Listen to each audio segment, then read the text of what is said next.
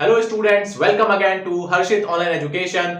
मैं हूं हर्षित और आज की वीडियो के अंदर हम डिस्कस करने वाले हैं the reactivity series of metal. है ना यार, ये रिएक्टिविटी सीरीज ऑफ मेटल क्या होती है, कैसे इसको आप याद करेंगे, है ना, क्या इसकी शॉर्ट ट्रिक है जिससे हम इसको फटाफट से यार याद कर लें, वो शॉर्ट ट्रिक मैं आपको बताऊंगा। प्लस जो भी इंपॉर्टेंट पॉइंट्स जो कि बोर्ड के लिए इंपॉर्टेंट होंगे वो भी आपको रिएक्टिविटी सीरीज ऑफ मेटल के ऊपर इस वीडियो के अंदर मैं बताने वाला हूं। ठीक है, तो कंप्लीट जो भी बोर्ड से इंपॉर्टेंट पॉइंट्स होंगे, बोर्ड के लिए इंपॉर्टेंट होगा यार, वो आपको इस वीडियो के अंदर मिल जाएगा on reactivity series of metal. ठीक है, तो चलिए स्टार्ट करते हैं the reactivity series of metal. तो चलिए स्टूडेंट स्टार्ट करते हैं अपना topic, that is reactivity series of metal. तो देखो यार, ये आपके सामने है रिएक्टिविटी सीरीज। ठीक है, अगर बात करें सबसे पहले इसमें क्या लिखा हुआ है, देखिए पोटेशियम, फिर है सोडियम, फिर कैल्शियम, फिर magnesium, aluminium, zinc, iron, lead, hydrogen, copper, mercury, silver and gold.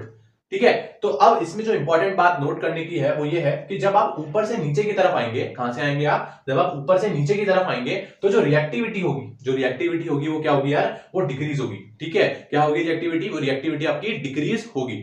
अच्छा, इसका क्या मतलब हुआ यार, इसका ये मतलब हुआ कि जो सबसे ऊपर एलिमेंट है, कौन है सबसे ऊपर अपना मेटल, दैट इज पोटेशियम, वो क्या होगा यार, वो मोर रिएक्टिव होगा। और जैसे जैसे आप नीचे की तरफ आएंगे, क्योंकि रिएक्टिविटी सीरीज जो रिएक्टिविटी है वो डिक्रीज हो रही है, इसका मतलब जो नीचे वाला एलिमेंट होगा वो क्या होगा, मेरा लीस्ट रिएक्टिव मेटल होगा। So this is all about the reactivity series, जो कि आपको यार याद रखनी है।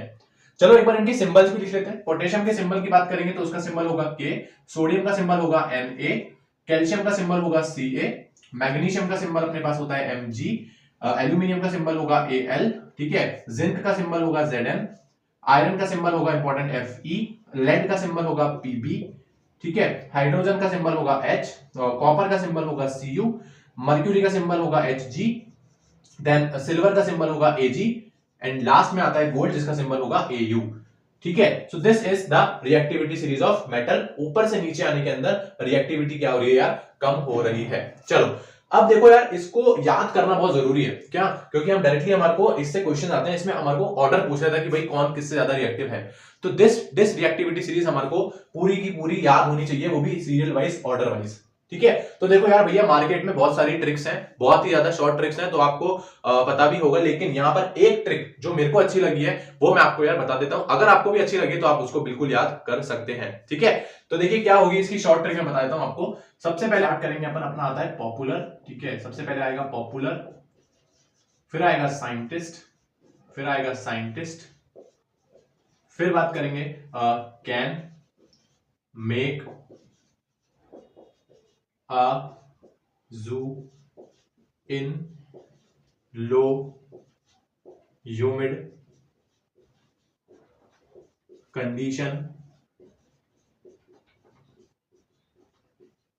मिला सिल्वर गोल्ड। ठीक है भाई, तो ये एक शॉर्ट ट्रिक है। इसमें शॉर्ट ट्रिक देखिए आपके पास, popular scientist can make a zoo in low humid condition मिला सिल्वर गोल्ड। सिंपल है एकदम, popular scientist can make a zoo in low humid condition मिला सिल्वर गोल्ड। ठीक है, तो इसमें आप देखेंगे पॉपुलर से स्टैंड होगा पोटेशियम, साइंटिस्ट एस से स्टार्ट हो रहा है तो सोडियम, फिर कैन से कैल्शियम, मेक से मैग्नीशियम, ए से एल्यूमिनियम, जू से जिंक, आयन से आयरन हो गया, ठीक है, लो से हो गया लेड, ह्यूमिड से हो गया हाइड्रोजन, कंडीशन से कॉपर और मिला से मर्क्यूरी एंड सिल्वर और gold. This is the short trick जो कि आप यूज कर सकते हो।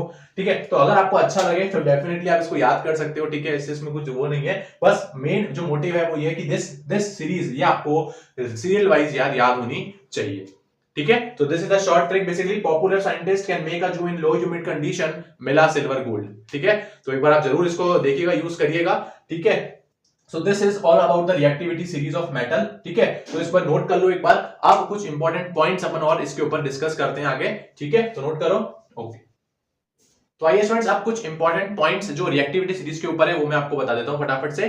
तो देखो यार, रिएक्टिविटी सीरीज तो आप याद कर लोगे, कोई दिक्कत नहीं है, लेकिन क्वेश्चन ये आता है कि सर इसको क्यों याद करें, क्या इसका यूज है, क्यों याद करें इसको भाई। तो इसका यूज देखिए बहुत इंपॉर्टेंट है, बिकॉज यहां पर एक रिएक्शन हम बहुत टाइम से पढ़ते आ रहे हैं जिसका नाम होता है डिस्प्लेसमेंट रिएक्शन। क्या नाम होता है भाई, डिस्प्लेसमेंट रिएक्शन। ये रिएक्शन आपने पढ़ी होगी, ठीक है, फर्स्ट चैप्टर के अंदर भी पढ़ी है, फिर एसिड बेस सॉल्ट के अंदर भी आपने ये पढ़ी है ना।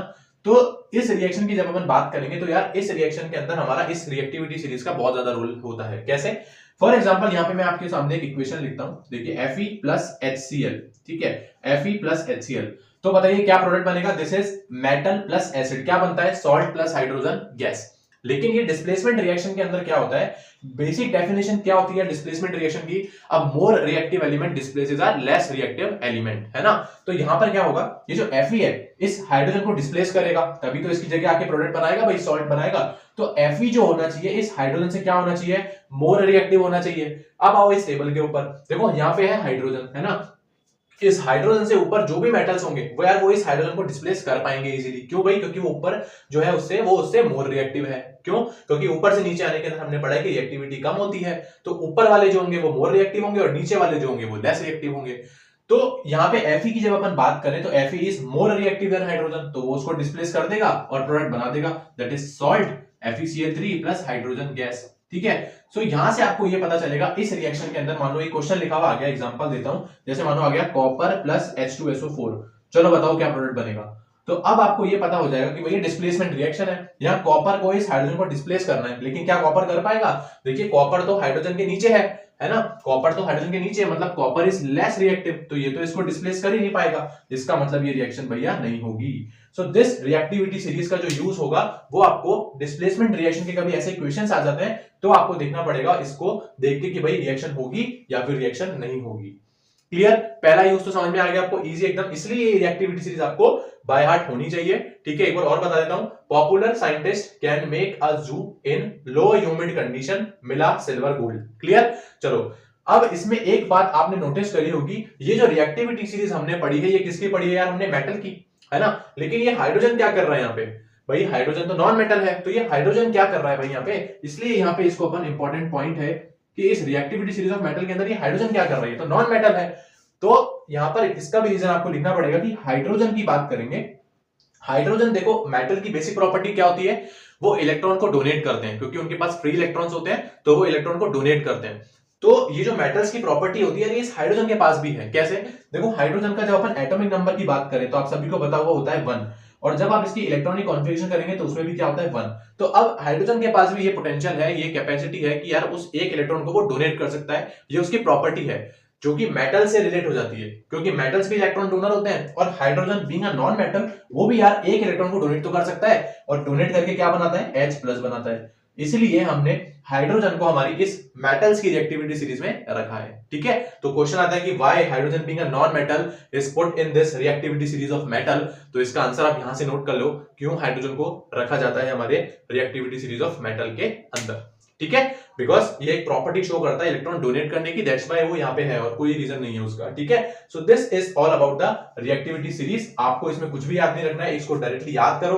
क्वेश्चन आ जाते हैं 4 मेटल दे देगा, बोलेगा ऑर्डर बताओ क्या होगा, कौन ज्यादा रिएक्टिव है कौन लेस रिएक्टिव है, दैट्स व्हाई आपको इसको एकदम अच्छी तरीके से आपको इसको याद करना है, ठीक है। सो यही था बस रिएक्टिविटी सीरीज के अंदर कुछ इंपॉर्टेंट पॉइंट्स जो मैं आपको बता चुका हूं।